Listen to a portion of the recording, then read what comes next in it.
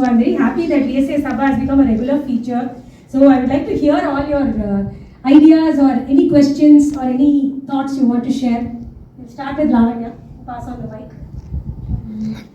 It was really nice to be a part of the program today. And it is actually a good stage to start with performing to overcome stage fear and any such beginner problems. And ma'am, I have a small doubt. So if someone is, you're going for a gathering or anything and someone is asking you to sing, what is the first song that comes to mind? How do you think about what song you should sing? That's an excellent question. I think the safest bet is to sing a song that you have recently practiced. Because sometimes there may be songs you have not sung in 2 or 3 years and you don't want to forget the lyric. It's nice to have a core set of songs that you are really familiar with so that when somebody asks you to sing, you don't hesitate. The other thing that also plays a role is the crowd or the audience that you're singing to.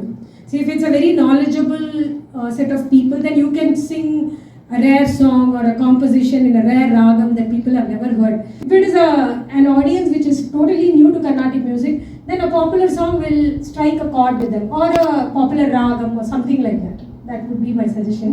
I'm Sublakshmi. அபினவோட டீச்சருக்கு தான் படிக்கிறேன். நானும் படிச்சுட்டு இருக்கேன் போகும். Mrs Vani இந்த VSA அகாடமியோடைய அவருடைய இந்த செயல்பாடு வந்து ரொம்ப போற்றப்பட வேண்டியது. ரொம்ப அக்கறை எடுத்து குழந்தைகள் எல்லாம் ரொம்ப அதான் நானும் இன்னைக்கு வந்து எல்லாருடையும் இதெல்லாம் ரசித்து ரொம்ப சந்தோஷப்பட்டேன். குழந்தைகள்லாம் ரொம்ப அழகாக பாடுறா எல்லாரும். And violin and mridangam supports அது வந்து அவார்டுடைய பார்ட்டிசிபேஷன் வந்து ரொம்ப அப்ரிஷியபிள் என்கரேஜிங். அவார்டு சப்போர்ட்டிவாக இருந்தால் ரொம்ப சின்ன குழந்தைகள் சின்ன மிஸ்டேக் பண்ணாலும் அது தெரியாத மாதிரி ரொம்ப நல்லா இது பண்ணினா சந்தோஷமாக இருக்குது. நம்மளுடைய கலைக்கு இவ்வளோ தூரம் வளர்றது கேட்கறது பார்க்குறதுக்கு எனக்கு ஒரு ஆப்பர்ச்சுனிட்டி கிடச்சிது. ரொம்ப thanks.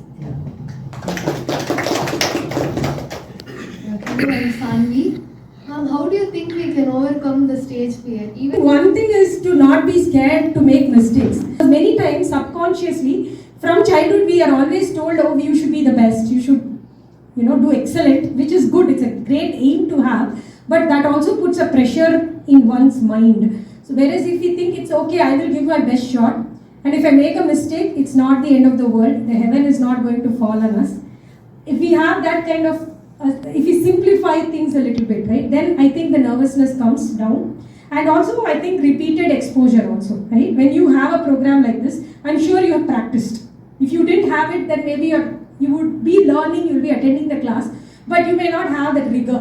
So having exams, or like that's when we started doing the VSA exams also, because some people like to have a structured approach, some people like to perform more. So whatever be your personal goal, have a goal for yourself and give yourself plenty of time to practice towards that goal. Then you will find over time you get less nervous and more confident. And also one other thing is, again, don't be scared to volunteer. Let's say in your school there is some program, be the person who volunteers to sing the prayer song, because today it's become so competitive that nobody comes and asks you, do you want to sing, there are already 4 or 5 people who are ready to grab the opportunity.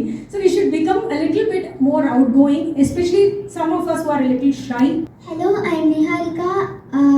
And ma'am, can you tell me about the VSA exams? So VSA exams are a little different. Okay, normally when we say exams, people get a bit scared. Okay, but we want to make things non-scary in VSA, whatever it is. So exams will be just like your class. So except that instead of your own teacher, the questions will be asked by another VSA teacher, but your teacher will also be there on the call to support you. Okay, so that it's not a scary experience. And what we also do is, we have 6 levels of exams, and each exam has theory, listening skills or oral, and practical. And the nice thing, we have Abhinav here, so he will also give us a little bit of input after I finish. But each level becomes progressively harder. And the songs are selected from the list given by you. So you don't have to be worried, oh, are they going to ask me to sing something you know? No. It will always be from what you give. Of course, with the theory and listening skills, we give some things for you to study. So that also flows into what Sanvi was asking, how to overcome the stage fear. Sometimes we have a few grey areas that we are not very clear about. Like it could be Swaranyanam, It could be Tala related, or it could be, you don't know the difference between two ragas that sound similar. So when you take up the challenge of doing an exam like this, there will be some theory part, there will be some listening skills. Like we make, even for the level 1 exam, right? The external examiner will sing with an apaswara, right? One swaram will be wrong in Maya Madhavagaule, and the student is asked to observe and point out, right? So that way you are honing your listening skills, you're honing your theoretical skills, and that will make you a better performer. Last year same time on Jan 12th, I have my Skype history. I gave my level 4 exam. So it was like very different from the first 3 exams. The first 3 exams were like very easy. The level 1 they asked us to only give there were Geetams, Varnams. Level 2 a few kritis added on. So it became progressively harder, but level 4 was a completely new experience. We had to identify ragas, and there were like the number of kritis was also gradually increasing. So now I'm actually preparing for grade 5 and I'm planning to write it a novel story. Yeah, and also he made a very good point that we have a little bit of jump from level 3 to level 4, because after level 4 we give the student a mini concert opportunity when you want to tie in these exams to building your confidence also. So level 2 and above we have that Zoom concert. Have you seen that? End of the year we have all the students come on Zoom and then they just sing 1 or 2 songs. So I'm saying this itself is designed to eliminate stage fear. Ma'am, I heard that you were a rank holder in your CA final exam. How did you kind of balance CA studies and music? When I studied, right, it was a pre-social media era. So we didn't have all this Instagram, Facebook and all that. So it was much easier to concentrate. And I think one of the things is I had a very supportive family. My parents really helped me focus without pulling me into too many things.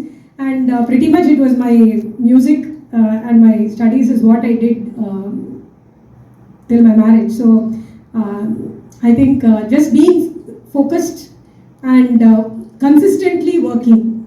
I'm very proud of all our VSA teachers because they have so many commitments and yet they work so hard to teach all our students irrespective of the age and level. So I'm really grateful to all the teachers here. Nice question. I'm really grateful to work with you, Vidya. See, we are always awestruck by your humbleness, knowledge, and we always admire you a lot, actually. See, really I'm saying. So always I will tell my kids just follow Vidya, at least we can reach at least 10% of your level. It's a great thing for us. Thank you. How did you get this idea of doing it online? No, see, many people will be talented, but they'll be in very far off places like Switzerland or something like that, where you cannot reach. They'll be very knowledgeable, but their the talent will not come out. So this is a very good thing. How you got this idea? Actually, that's a great question because today online learning is very common. Whether it is music or tuition. Yes, after Corona it has completely become common. But when we started more than 20 years ago, actually people sometimes laughed. When we said online music, most people said, oh, we cannot do it. And in fact, I started when I was in the US, when my son was a baby. I took a break from my corporate job. I was working with GE in New York. I took a break and I started teaching at home. And then I started getting calls. Actually, it's a very interesting thing when I look back because I didn't really think of making it like an academy. I started getting calls from all over the US to take classes. And I didn't want to do over phone. That time, most of the teachers for remote classes would do phone. But phone is difficult because you can't see the talam and all that time Google Meet also wasn't there. Skype was there. Skype was there. So we were doing on Skype.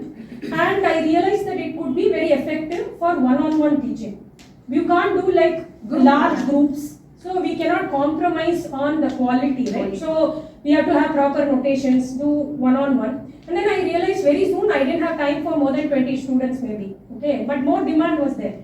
And that's how I decided, okay, I will add more teachers. Initially it was my own senior students. Then I moved back to India. Then only I realized here there is so much talent, not just in big cities like Chennai, but even in small towns. Like we have teachers from Udupi, we have from Puttur near Mangalore. From village to we have teachers Correct. We have in Puttaparthi, so many locations we They'll have. be talented, but they will not have any opportunity to come out. Correct. Yeah. And I think also there are many artists who are financially struggling also. There are some people who are financially well-to-do and they are just looking to share the passion. There are equal number of people who have really worked hard on their music, but they don't get opportunities because you need to have a big network to become a performing artist. So many times they give up and they take up some music teacher job which doesn't pay well. They will be struggling a lot. So when we moved back 15 years ago, then I thought, okay, this is something which can add some value. So rather than making it like a commercial thing, of course we all charge fees and all that, but we'll keep it reasonable for the students, affordable. At the same time, instead of spending money on advertisement and all that, we'll pass on as much earnings as possible to the teachers. That is the model we have followed. Till today, we have not spent even 1 penny on any kind of advertising, and it has always been like word of mouth. People seeing our social media, our showcases, and teachers also referring new teachers, students referring new students. That when one student joins and they like Abhinav sings well, his brother will be motivated to join, right? Ma'am, your prime learning period would have been your teens and 20s, right? So we wanted to know how 1 week of Vidya was in your teens and 20s. Basically, early morning my mother would wake me up 5 o'clock to do akara. So she was very dedicated. Like I feel always when children are small, right, and almost till the marriage, I think the parents, especially the mother's role is incredible. Morning, like half an hour practice, then I would go to my CA class, which would be typically at 6:30. So food will be ready, okay, quickly eat something, then go to the auditor's office, then spend the day there, do the audit work, and then around 4 o'clock go to my guru's house. And my guru, as I was mentioning to an earlier question, the most amazing thing, people know him as a great artist, unparalleled violinist, composer, everything. But for me, what is really resonating till today is the work ethic. Like if our class is at 4, he would be seated on the chair like by 3:50, ready, and not one dull moment, not a moment where he is talking to someone. I remember so many industrialists, organizers, they would come, and if they didn't have an appointment, they would have to wait for the class to end. And that kind of work ethic, and he would sometimes ask us to sing something 25 times, 50 times, listen patiently till we got it right. That kind of amazing work ethic, and he would personally teach. When he accepted a student, it would never be like, okay, I'm busy, I'll teach once a month and otherwise somebody else will teach. It was not like that. He would personally teach. So whatever he took on, he would give in his absolute best. Every song, he would write the notation by hand. Every sangati would be very precisely notated. So from 4 to 7:30 or 8, I would be at his house at least 3 days a week. The days when I don't have party class would be spent studying or, of course, I used to read a lot of storybooks. Ma'am, I wanted to ask you, what was your inspiration to start singing? I think I watched my mother and grandmother sing. Also, we used to go to a lot of kacheris in my family when we were young. We used to have kacheris every day. And for me, at least 2 days a week, either my parents or my uncle, somebody will take me to a kacheri there. And I think that motivated me to continue singing also. Today actually it's easier because even if nobody knows music in your house, you can play on YouTube or something and get interested. But only thing is you should just do it on a regular basis. Who inspired your party to join VSA? Yes. Right? But my party inspired she sing first. Yeah, that's what I'm saying. Your party was already a good singer. But after seeing you learn online, she also got inspired to learn online. So you both inspired each other. So Swati, but again I'm going to have you answer a question. So when you approached me, right, I was really like, okay, why does she want to work here? So what motivates you to focus on your music when you have an equally good, incredible background in physics? So just tell us a little bit about your passion for music and then you ask me. Very much like sure about VSA or joining VSA like that. And of course, I was interested in music since 2 decades. But then I have been learning, and then I wanted to get into teaching as well. But I didn't know how to get started. And also here through different activities and that fun way of teaching, which I love, because it's not the traditional old way of singing like what like Sarigama or just look at the script or something. It's a very different method of approach. Or so that I wanted to learn first as a teacher, like then you start teaching and then enjoy. When you get those feedbacks from the students, then you feel like, oh, something changed in them also too. Yeah. So that's a great feeling. So I would like to ask you, like, how it helped. So I think one of the things that being a CA and an MBA helped me is to see a business opportunity, and also I think because Carnatic music is divine and it is devotional, I wanted to do it in a humane way as a social enterprise. See, when I started this whole model, I didn't even know the word social enterprise, but I knew that it can't be something where it's out and out commercial, where you ask people to pay whether they learn or not, give some certificate, or try to maximize your profit. So profit maximizing didn't sound right. But at the same time, it is also very, very important that whoever is part of the system, right, the teachers, they should benefit from it monetarily also. If they don't need the money, they can donate it. But without a financial remuneration, right, it is not fair to expect artists to work. That was something that my education helped me. We have our IFS officer, Shri Jeysundhar, and I actually want to introduce him because he is a very inspiring personality. So he is a consulate general in Kazan, Russia. So he is a proud representative of our country in Russia. Because yesterday I was there at a program where his book Malyada was interpreted in dance form by renowned dancer Srimati Rama Vaidyanathan.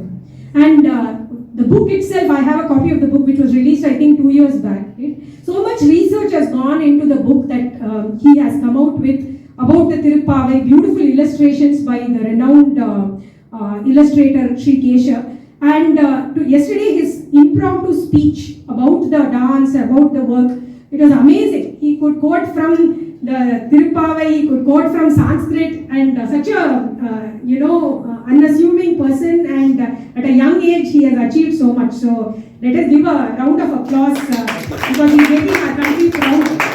And as my husband pointed out, we are equally proud of his sister Rasika Prasad, who is a gem and who is a great asset to VSA. So thank you, Jay, for joining us.